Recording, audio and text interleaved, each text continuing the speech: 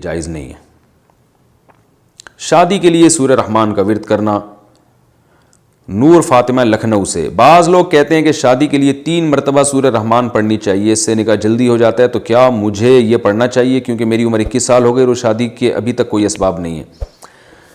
میرے علم میں کوئی ایسی روایت یا کوئی بات ایسی نہیں ہے جس سے یہ ہو کہ سورہ رحمان 3-10 دفعہ پڑھنے سے جلدی شادی ہو جاتی ہے۔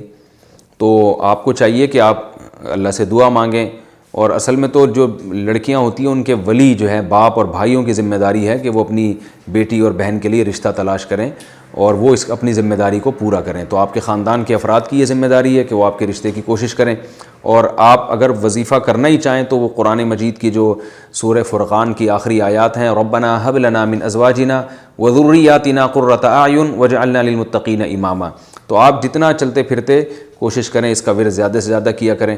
ویسے اللہ تعالیٰ سے دعا مانگا کریں، اللہ تعالیٰ آپ کے لیے کوئی اسباب پیدا کر دیں۔